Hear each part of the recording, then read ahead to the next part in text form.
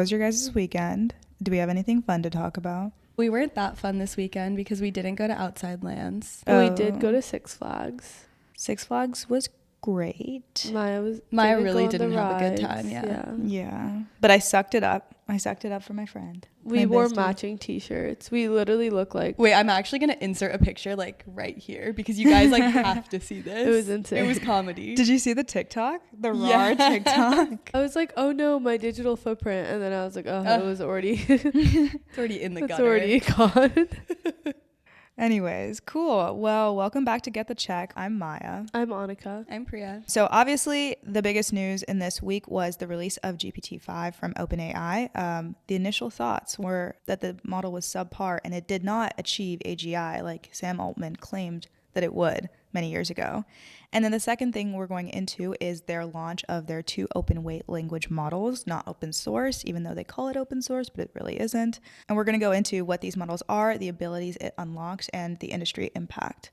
And then finally, we're wrapping up with a fun segment on Blade, which, if you don't know, is the company that like flies people from Manhattan to the JFK airports when you like can't get through traffic fast enough. Their passenger business was sold to Joby, a eVTOL company, not eVTOL, eVTOL. I actually was wondering how to say that. Yeah. I actually was thinking about that today. It's like today. electric helicopters, basically. Yeah, or like electric cars that fly. I've seen both go in both directions, but yeah.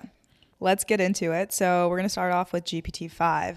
Yeah. GPT-5 is a unified model. So that's what they've been alluding to for a while now. But a unified model means it can do both deep reasoning and fast responses.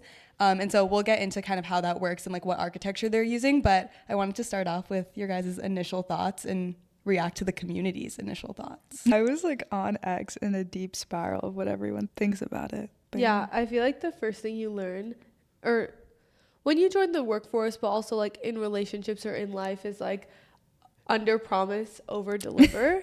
And this was the opposite of that. I had no idea where you were going with that.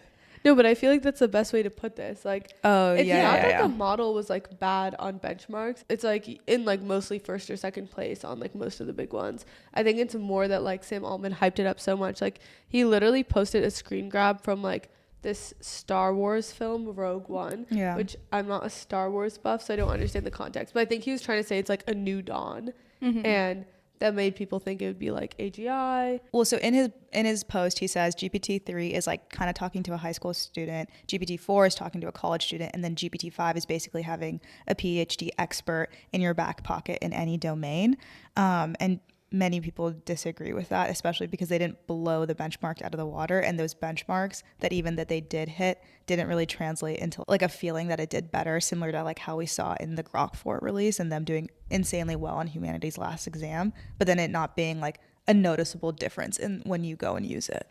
Yeah, I feel like my take on it is that it's clearly an incremental improvement, and there's a lot of things they did do well, both from their perspective, like for their business, and also for consumers. Like I think not having to choose which model to use does provide like a better user experience, and like their pricing's better and all of those things. And so there's like a lot of these incremental improvements we see, but like because they overpromised, like no one was like that impressed by it. And the call sheet markets were not impressed by it either. No, because they I were put not. put some money into the GPT-5 launch, and let's just say I don't have it anymore. Yeah. Didn't it drop from like 75% to like 14 in an hour? Yeah, and like the thing is, like I got in when it was at like 40%, so I actually made a decent amount on it when I was looking at it in the morning. But what can you do? Yeah, did you know in September 2023 he like said AGI was achieved internally, and that they like are super confident on how to build it, and it's like he's basically been alluding to that for the last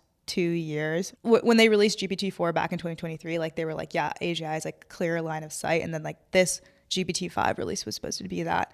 We were talking about this too, but I feel like everything is just your frame of reference, because we knew so much less back then, even though it was only 2 years ago. Like I feel like the rate at which AI is advancing, you're learning so much so quickly, where it's like something that you thought was the most impressive thing you've ever seen is just like not that impressive anymore. Yeah. There's this like really popular post in Reddit where someone goes, here are my realizations after GPT-5. And the person says, Claude is pretty awesome. I'm a lot less concerned about AGI 2027. GPT-5 is just about lowering costs, and Sam's Death Star pre-launch hype image was really about the size of his ego and had nothing to do with the capabilities of GPT-5. And this like went viral. I feel like all of that's pretty spot on. Yeah. Yeah. I will say I also think that AGI, like I also like You're okay, no how to longer explain? crashing out. Basically, she's trying to say she's Yeah, not I'm no crashing longer out anymore. crashing out because I think like I was I was actually really worried about the GPT-5 launch, and like I honestly you were worried that you were thinking about it. I wanted it to flop. Oh, well, you could have told me that. Like Wait, I no. agree. It's like a little relieving. It's like, oh, like I am so Like, worth. Maybe there are like some diminishing returns here. Yeah. Well, it's just like I feel like I'm like I care a lot about my brain. Not this conversation again. Maya And then I still was has just like- value. And then I was like worried my brain is gonna have no value after GPT-5, but it does. So yeah, you know, we actually used it internally, and we decided not to use it anymore. Like we went back to On your enterprise account? I thought they didn't roll it out yet. no. For our underwriting models, we use an LLM, and like we tried GPT-5, and like in the engineering doc, it's like, yeah, not as good. Rolling back. All the do you guys use Claude? Yeah. I feel like everyone uses Claude on their LLMs because they're the best. Yeah. Yeah. Cool. But yeah, should we get into like actually what it is? Yeah. So I guess we alluded to this earlier, but their unified model basically combines the reasoning that their O series traditionally has with like the fast responses that you just get from like GPT. And the way they're able to do this is they have a real-time router. And it's like the first time they've done something like this where when you prompt ChatGPT, for example, it'll look at your prompt and then decide like how much thinking it needs to do. If it looks at it and needs more time, then it'll go like the reasoning route. And like I've tried this out, and it actually like low-key takes a really long time. And then if it doesn't need that, it'll give you like a quick response. Yeah, and then I think there's like a button that they released that says get answer faster, so Yeah. you can like tell it to like specifically route to, I guess, like the faster version of the GPT-5 model. But a lot of people are talking about how GPT-5 is like a unified system and not necessarily a single model, because we don't really know like the complete architecture of the model underneath. And OpenAI is probably purposefully hiding it. As they do.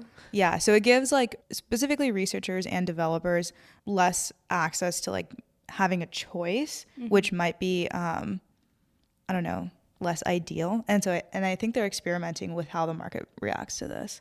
They've also just talked about like simplifying UI for a long time, and like the fact that it's been a bad experience. So I feel like this helps with that. Yeah, and they might reach a middle state where like their product UI, like their chatbot and stuff, or like their front end layer doesn't give you the option, but then, you know, their APIs give you the option. But it's unclear. But did you know 3,000 people petitioned to bring the old models back because they didn't like Yeah, and then they got it back. Yeah. So GPT-5 was supposed to be like the move where they deprecate all of their old models, and then that didn't work. And so they brought back 4.0 temporarily. Yeah. And I think People were crashing out on the Reddit like AI relationship subreddits, oh really? being like, Max isn't the same as he used to be.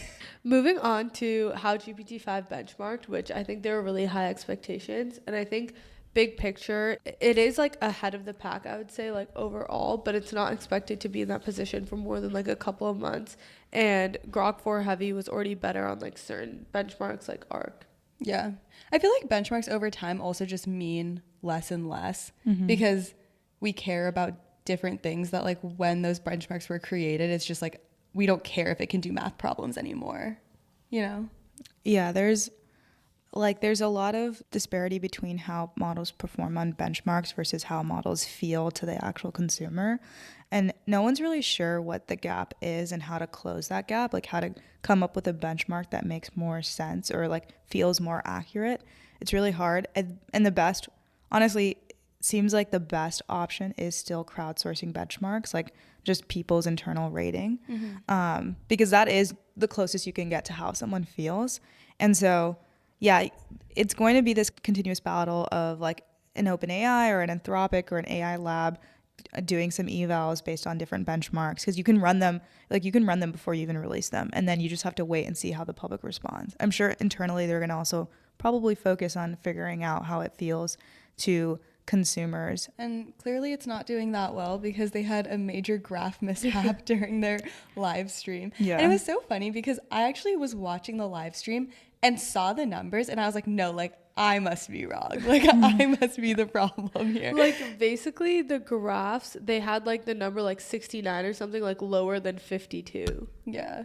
No, I would also think I'm wrong. Like I didn't notice in the live stream. I noticed when people were talking about it, but like how is OpenAI on the launch of GPT-5 going to make a mistake that like an investment banking intern would get fired for? Yeah. No, I actually don't even know what like I more to actually say. think There's if you too much made that trust graph, in AI. Do you think they just generated the graph through AI and like no one looked at it? But like there's no way they didn't practice the presentation, right? So then it's like I'm confused. I don't know. Had to I'm have just used trying. ChatGPT because I feel like that is the only thing that would produce a graph like that. Because if you use like any graphing tool, it won't even be possible for you to make that mistake. Well, he also did respond to it, and it definitely like was that they were just using AI because he was like GPT-6 will fix this. He made a little joke out of it. Yeah, like he made a joke on X. I think it literally like the actual tweet was when GPT-6 and it was like a joke, like it was like a meme.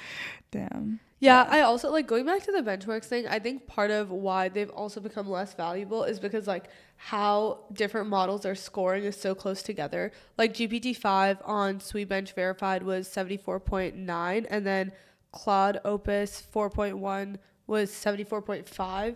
So it's like at that point, and I even saw something about how like they don't necessarily like the 74.9 isn't necessarily looking at every single question. Like there's some questions they'd skipped. Oh, I saw that. And I was like, how's that even like how are you allowed to do that? Yeah. Then like you should be taking a 0% on those questions. Oh, yeah, you should. Yeah. Like I think it was only like 77% of questions on the Sweetbench Verified benchmark that they even answered, and then they took the score out of that 77%. Oh, is that normal for other like evals? Like did Claude Sonnet do that as well? I don't think so. Oh, okay. I'm not 100% sure. But just to say, like, if there's less than a percentage point difference, then I feel like that's not meaningful to begin with. Yeah. Yeah. I think coding was where it was actually better though, right? Like apart from like the Sweetbench test, just like their coding capabilities in general was what people were the most impressed by. Yeah. Wait, I'm confused though. Like how does that work with their codex model? Like are they just separate? Yeah, actually, because they do have a specific codex model Yeah. for codex. So I don't know. Because they don't have any other version of like a coding tool, like where you can switch out any of their models to like respond. Yeah. I guess we'll see. Another thing about the model is that there was a larger context window. So they now accept 400K tokens, which is equivalent to around 300K English words. And some people say that this is basically like a 600-page technical manual. So that gives you an idea of like how much you can put into it, which like in theory like increases the memory of a model, because like memory for like using a model is just like pasting the thing that like came right before it, or like taking like all of your entire thread and like summarizing it so that it can be within the window. And so a lot of times context windows really just help with making the model just be more contextually aware of like what you're asking it and continuing that conversation. And so this will be helpful like on the product layer sense, but it doesn't mean we have actually figured out like memory for AI. But Yeah, that makes sense. Yeah, and then I think this all goes into a larger conversation about what this means for OpenAI's position, like overall in the industry. Like for a while, I think like on the consumer side, like they still do have 700 million users, as Sam Altman said in the announcement, and like 5 million paying enterprise users. So it definitely is like still the brand that consumers, I feel like, recognize most outside of like the AI tech bubble. Yeah. I saw this one tweet that said like 99% of the population is going to be so excited for GPT-5 and 1% isn't. This was before a lot more of the backlash came out. This was like day one. And the reason why this person said it was just because like we're sitting in the 1% that is like deeply like in it, entrenched in it, like comparing the trade-offs between all of the other players versus like the long tail of users are just people that are like, oh, my chatbot got slightly better. But this tweet was before then people started to realize that the tone wasn't as welcoming as like they wanted it to be. I think the idea that people are kind of also pointing to is that are people in the over AI tech bubble like over Like criticizing criticizing the GPT-5 release. And I think it's like honestly valid, especially when you have like a founder of like the leading AI lab saying that they're going to release AGI and pumping up all of like the valuations in the AI economy. All of the startups are getting higher valuations from the VCs because they expect higher returns because of this one player underpinning the value of all of these products.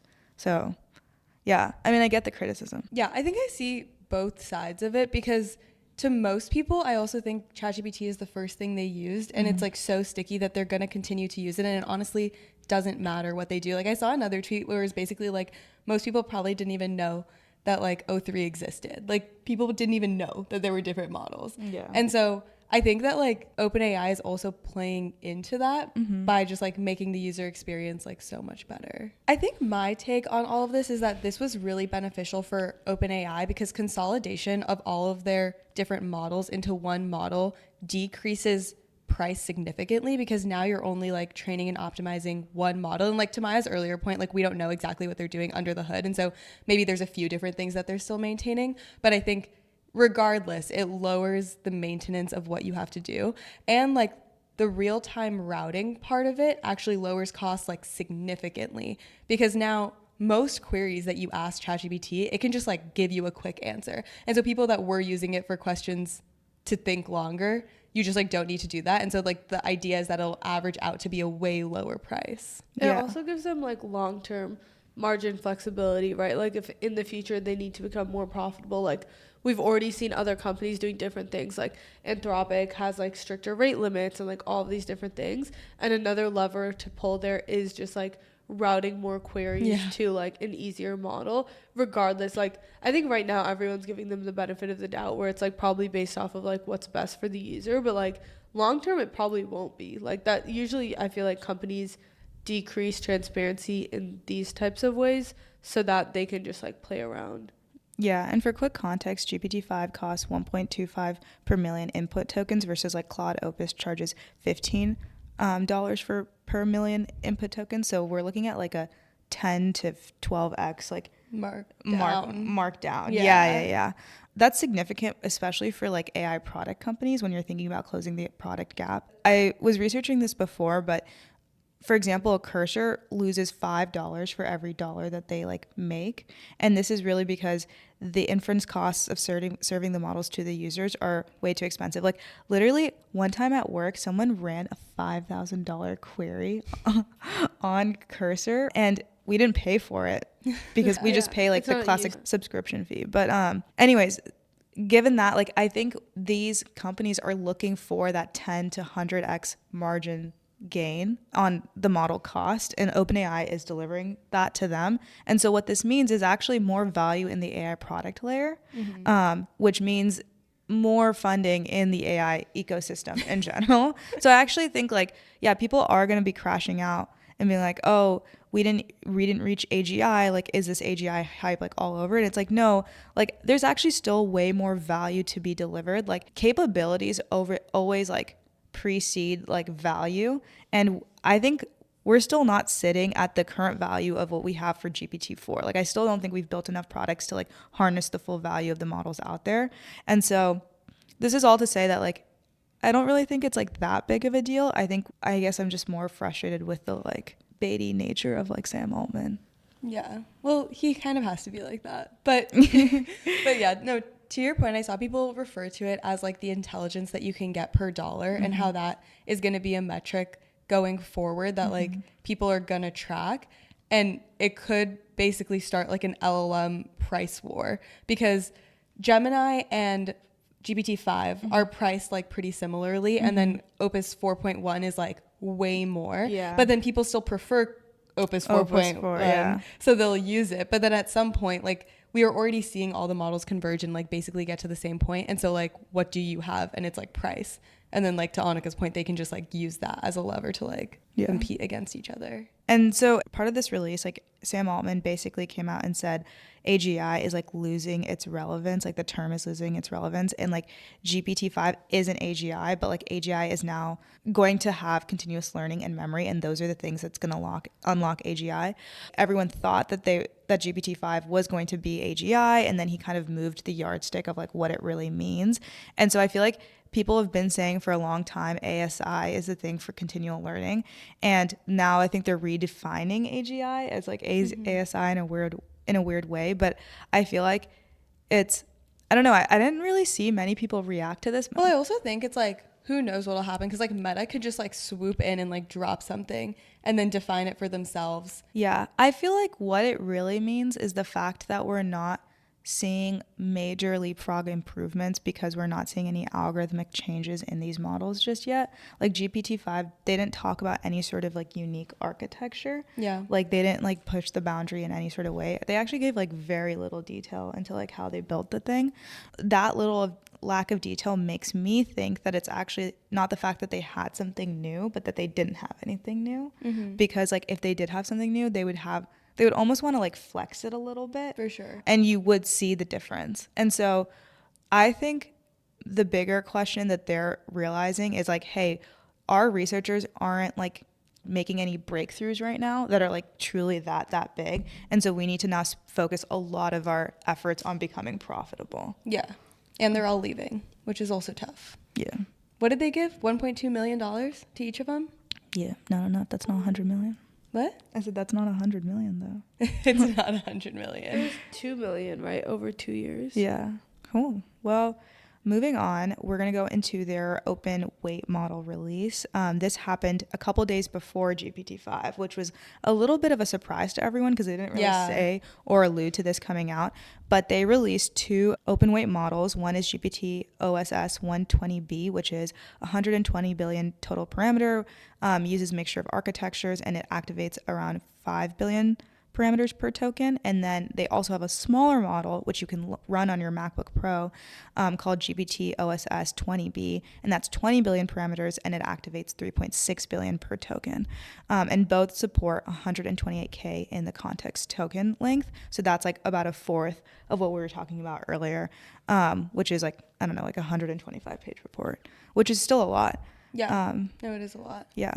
And the biggest thing is that the 120B model, they say, achieves near parity with OpenAI's O4 Mini on core reasoning benchmarks. Now, a lot of people beg to differ because... Did you try it? I haven't tried it, but like people say that, again, it like reaches the benchmarks, but it feels very different. It like doesn't feel good enough. We can go into this later, but this is like pretty similar to a lot of other like open source models that are trained on like synthetic data. Which, this is like a whole tangent, so I actually don't know if I want to go into this right now. Yeah, we were like playing around with it at work because like when it came out, everyone was like freaking out, and we were like, oh, let's try it. And I honestly, you probably know, like I don't know what you have to download to like try it out, but my friend tried to download it on his work computer, and like our security like blocked it because apparently it was like downloading DeepSeek or something like that on our work computer, and so it was like literally like locking him out of like everything. It was so funny. Okay, yeah. I haven't tried personally. I also haven't tried it. I like don't care enough to try. I mean, I'm not building anything like right now that I care about. Yeah. I think like the thing that was the most interesting to me was that it was a mixture of experts architecture, because it's like the same thing that DeepSeek released earlier with like R1, and I feel like on the podcast we've always talked about like why don't they just like take that approach too. Like even their 120B model only has like 128 experts, and like they activate 4 of them, right? And so it's like, or 4 per token, which is like way less, which I thought was interesting, but that also leads to like cost efficiency. Yeah, like that, I think that's what finally clicked for me of like why they went after it, is because it's the idea that like you can run the model, and in order to get people to run the model, it needs to be cost efficient and easy to deploy, right? And so because it's like 10x better than O4 Mini, people will actually use it and run it. It seems like it's a necessity for open source models, because like all of the frontier open source models use sparse MOEs. So like, for example, DeepSeek has like a ratio of 37B active to 671B total parameters. And then like Kimi K2 also has 32B to 1 trillion. So you can like get to like very, very large total parameters. But the ones that you get that are active kind of sit under 20 to 30, I would say 20 to 30 on the bigger ones, and then closer to 5 on the smaller ones. Yeah. And in terms of like pricing, what that translates to is AWS said that like when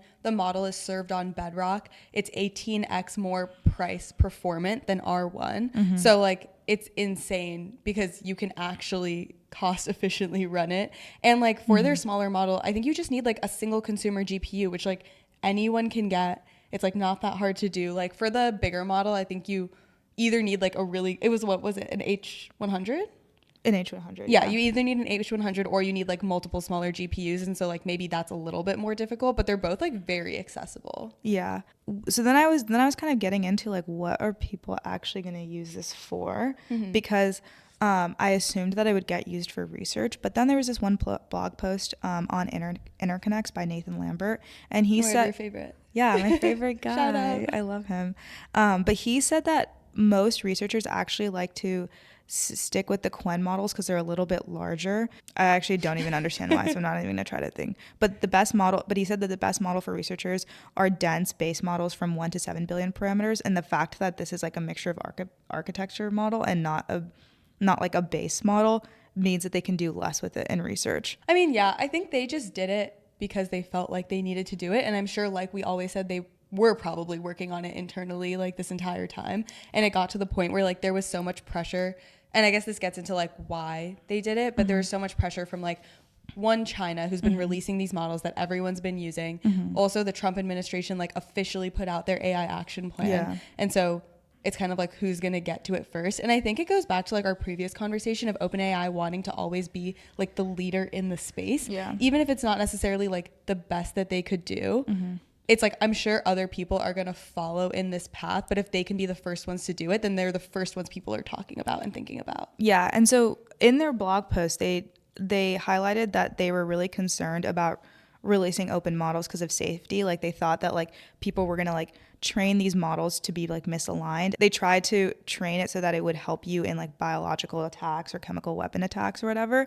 And that the OpenAI Safety Advisory Group reviewed this testing and concluded that even without robust fine-tuning that leveraged OpenAI's field training stack, GPT-oss 120B did not reach high capability in biological and chemical risk. So they did a lot of like... it's not that smart. Yeah, because it's like... So one is like, people are like, is it not that smart? There is like a fine line that you can actually ride where you can try to make a really smart model, quote unquote, with synthetic data. So like if you train a model on synthetic data, apparently it's way easier to filter out like misaligned data. Like specific areas of conversation. Yeah. And so then it results in like a safer model. And the bigger... Why would synthetic data... Oh, just because you're like not include... Like it's easier to filter data out? Yeah, something about that. I'm not like an expert, but that's the general idea. OpenAI is like kind of calling out like Meta and DeepSeek and and Moonshot, which is like the producer of Kimi K2 in this, because none of them ever talked about safety testing like and fine-tuning their models to be like adversarial and then showing that they can't be. And in this case, like OpenAI did the most due diligence needed to like make sure that these models were safe. And I think it's like less about the fact that they're like unsafe, but more of like they're trying to make a point. Like, sure, you can keep pushing the boundaries on open source, but like we need to, I don't know, be safe about like what we're putting out there to make sure it can't be fine-tuned. I don't know if it's like a PR move or if it's actually really true, or maybe it's like a mixture of both. I can't really tell because like OpenAI is not known for being particularly safe, like Anthropic. Yeah. But I do think like OpenAI is still like safer than I don't know, like China's models or like XAI's models. And I also think like if China is going to release like open source models anyways that are not very safe, then like the safety risk kind of decreases. Because if OpenAI is like so much far ahead of everyone, then open sourcing their models has like way more of a risk to it than if like comparable models that are less regulated have already been open sourced. They did to their credit, they satisfied the public image of like, hey, go release something open source and like let's bring back America. Part of winning the AI race is like winning the open source race, and then while also like satisfying the AI researchers who are like very worried about the safety, and also like Congress. Some people in Congress are also very worried about the safety too, that Trump just kind of like pushed to the side. But yeah. The one question I had that you might understand better than me, but like everyone was talking about how they were worried about like the chain of thought being exposed and like you could do like prompt injection or just like taking out what the prompt is and then like somehow modifying that.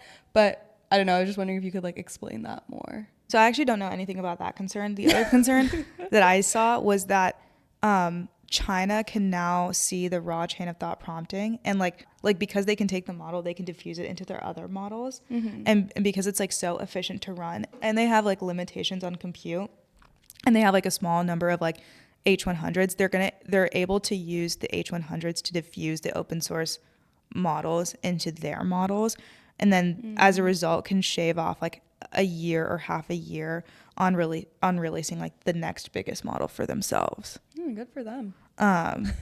This blog post that I was reading said that like a potential future is that after releasing GPT-oss, Chinese companies rush to distill, build upon, and hybridize GPT-oss. Then the gap between Chinese models and American models narrow, and then Chinese models are open source, and then they're cited as evidence that like the Chinese models are catching up when in reality they're just diffusing ours, but it's easier for them to diffuse ours. But that ours. like always was the concern, right? Like yeah, that is like one of the main concerns of having like open weight models is that like other people are able to do it. But like I guess the perspective that it seems like the government in America has taken is that it's okay because we want the entire world to run on the US AI stack, and so if that means open sourcing models, then like so be it. Yeah. And I feel like it seems like they're fine with that trade-off for now at least. Yeah. I think from what I understand from the AI researchers blog posts, like a couple of them just allude to the idea of like they're not as good as the Quen models, and they do give up like our intelligence up to the Chinese models, but it's like a step in a direction to promote everyone moving into the open source game, like promote Anthropic going there too, which is what everyone wants in general. I'm sure they will. And I'm sure they will, yeah. Yeah. So it's like net good because in general people are pro safe open source models, even though that this is not like necessarily like a blow away release. Yeah.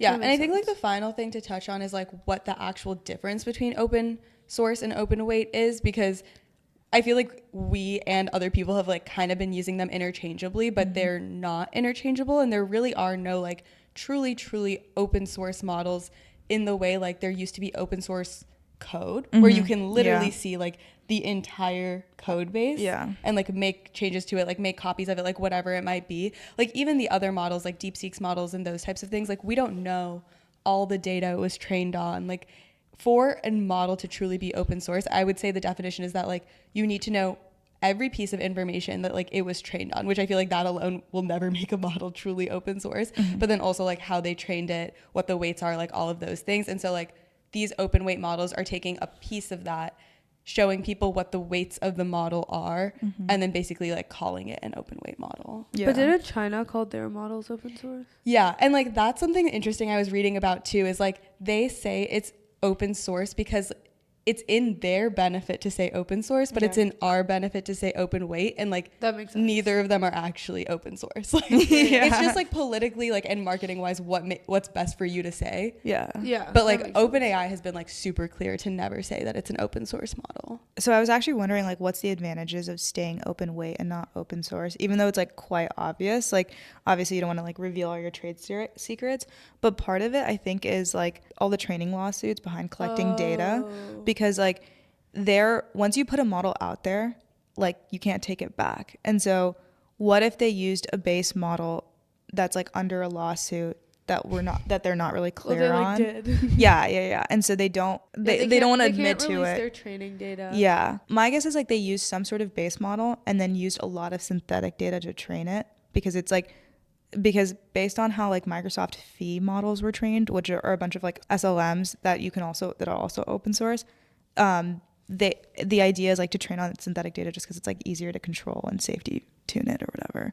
I think it's also just like the ability for someone else to completely replicate the model from scratch, right? Yeah, I think it's in every AI lab's best interest to not release an open source model. But I don't think we will ever have open source model. Like I feel like the days where open source meant showing your entire code base are over. Like I just don't think that that'll exist with AI. Or like AI's version of open source is just truly open weight. And I will say, with just like taking a step back, what happened in the last week, we now have the ability for like the AI product layer companies to become profitable and other That's so true. Yeah. AI companies to become profitable. And I think this is a huge benefit to a lot of startups out there that are kind of in their A/B round, where they have like a lot of customers, but they have like no way to profitability, and this kind of gives them that like opening in a sense. It's exciting though.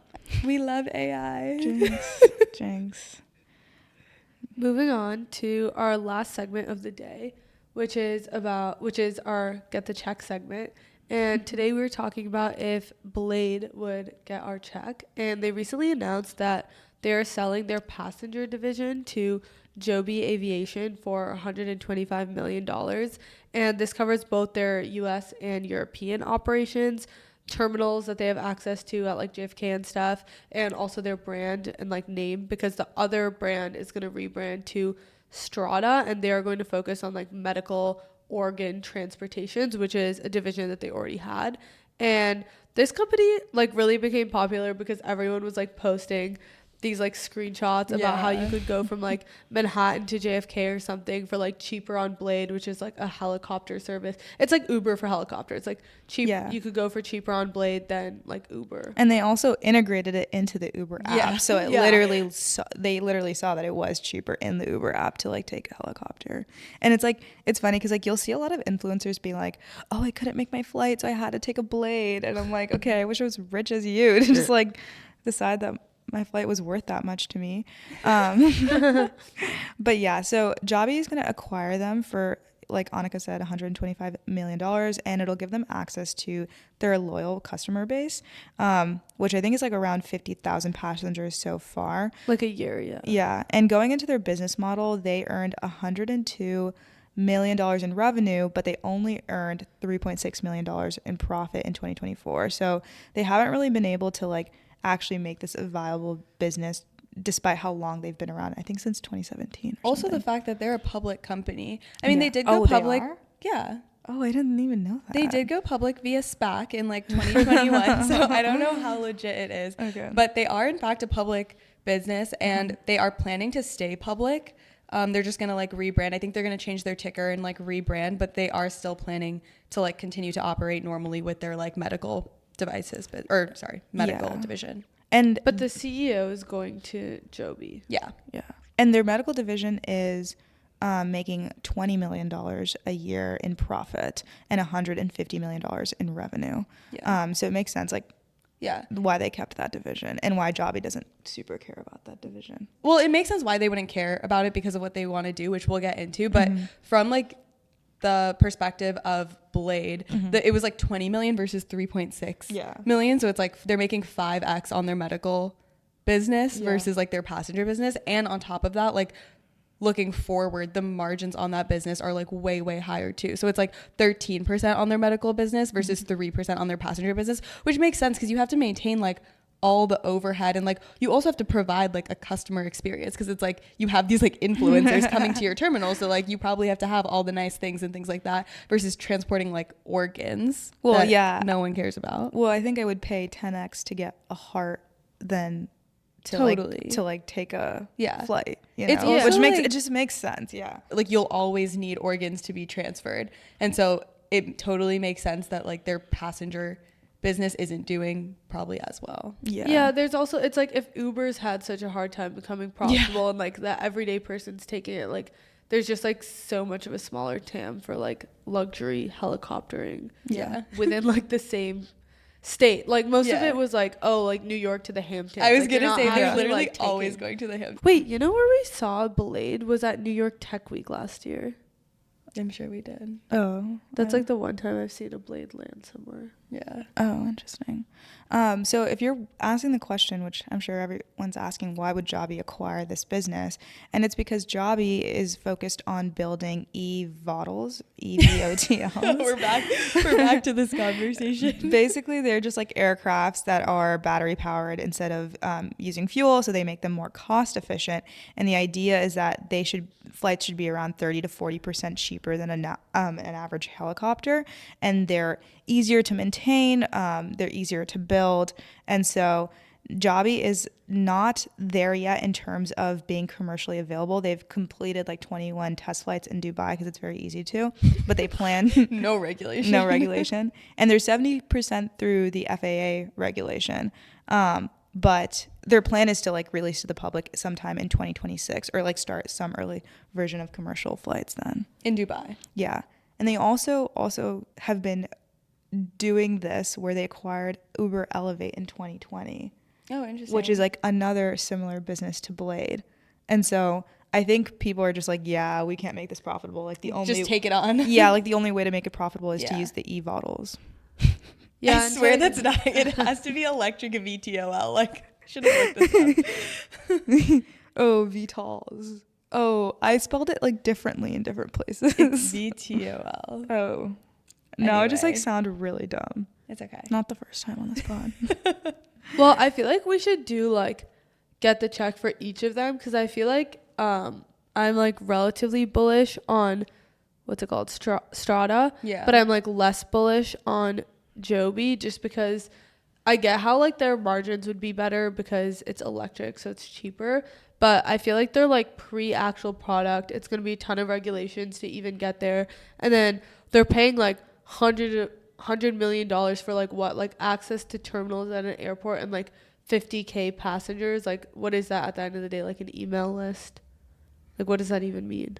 Like 100 million for 50,000 passengers. I guess I'm not good enough to do math in my head like that. But it's also like 50,000 passengers. It's not like an email list. Like it's people that have flown on Blades and like would fly on a similar type product. So I feel like it's like a loyal customer base, which is like what the difference is between like the base that they're getting versus like just sending out like a mass email list or something like that. And then I also think that like building at these different terminals isn't like a small feat either. Like they have the space already, and like they're bringing on the CEO to continue to run like all the operations, so they'll have like the operational expertise of someone that like knows how to do this already. So I think all of that like is pretty valuable. That makes sense. I don't think it's the customer base. I would say it's more the operations angle, or like Blade already has all the tie-ups. Like you can just easily acquire that and turn that to be profitable. And the thing to note is that it's not like they're actually making cutting edge technology. Like China's been doing this. So China's leading eVTOL is the EH216S, and they have been operating full commercial flights. They offer ticketed commercial urban flights, and China's Civil Aviation Administration became the first agency to worldwide issue like certificates to allow people to do this, and they're like pilotless.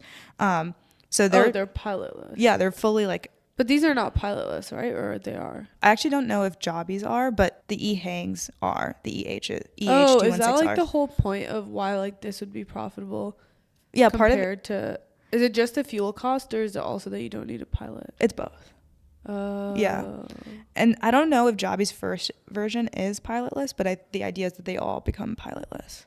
And so people are just flying around in pilotless planes in China. Yeah.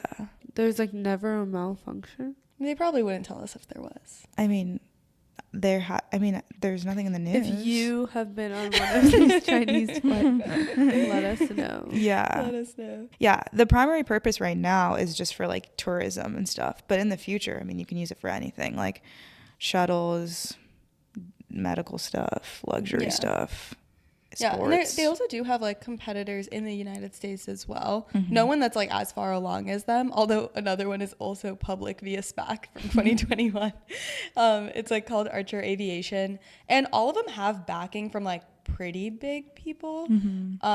But yeah, Archer Aviation, like their valuation's way less than Joby. Whisk Aero is a spinoff from Boeing. I feel like what you were saying, where like they'll try to build these things and then they're like, never mind, we can't make this work, we'll just sell it off. But like they all have like pretty big investors and stuff. So like I feel like it is an industry where like no one really talks about it, but I think it'll be a thing. Well, I feel like aviation, I think like rich people hobbies just always get good investors because they're just like excited about it. Yeah. Well, I was gonna say like you never know, there could be like a talent war where they just like try to get the people from who made the EH216s. That's true. I'm just saying someone's cracked it already, so like the ability to crack it again is like that much easier. Yeah. And if you're concerned like me, where I was like, are there going to be like a bunch of like helicopters running around? No, there's not.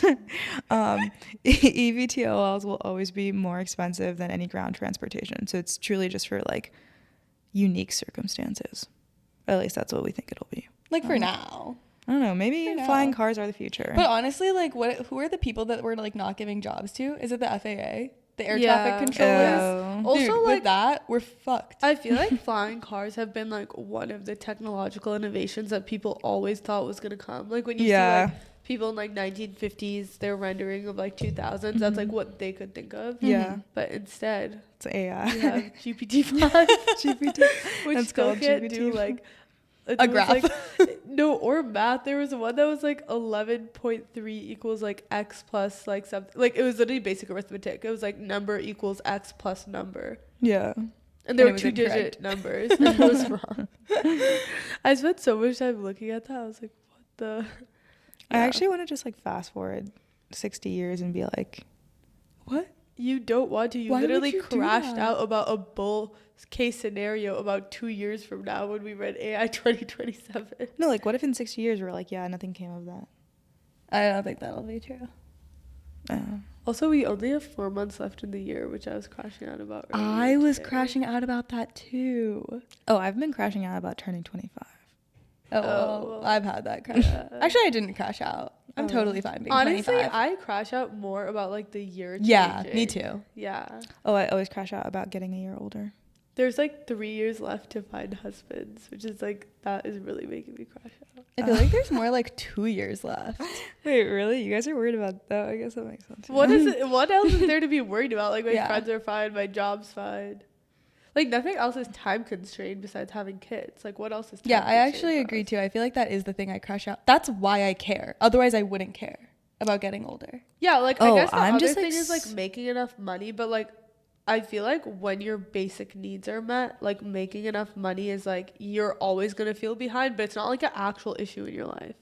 Yeah, I guess the thing that I crash out about is the fact that like, oh, we're not gonna go to like I just like want to preserve my youth longer. But we're not gonna what? We literally Like, go go to- drink on a boat every year, have the exact I same- know, but like No, it's I don't getting need that, far honestly. and fewer between. Yeah, And I'm totally fine with that. I'm like not okay with it. I'm like so Brie good and I, with that, want to honestly. be settled down. Meanwhile, we're not. Mine doesn't want to be settled. Everyone. No, like I want to preserve like I don't know, just like being stupid.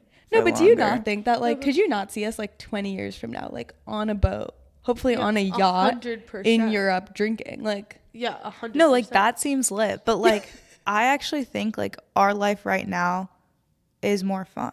There are moments where I agree with you. Like I feel like sometimes when we're all like on the same floor in the Brady by coincidence, I'm like, oh, this will like never happen 5 years from now. Yeah, that's like true. I'm crashing out about leaving the Brady. Even Yeah. though I want to go to the marina or like want to go to Pack Heights or whatever, right? Like I don't want to leave like what we have going on. aw. Yeah. We're like, you know what I'm saying? Like, No, yeah, I mean I just think there's like eras of life. there is eras And, of This life. is a good one though. Yeah, it this is is a good one. This is literally living the Friends episodes. I know. It is cute. It is really Like cute. you know, like where like Joey doesn't get off the couch or something like that because it's like I don't his remember seat. them enough. No. Oh, damn. Okay, well, On that note. okay, all right, bye. Bye.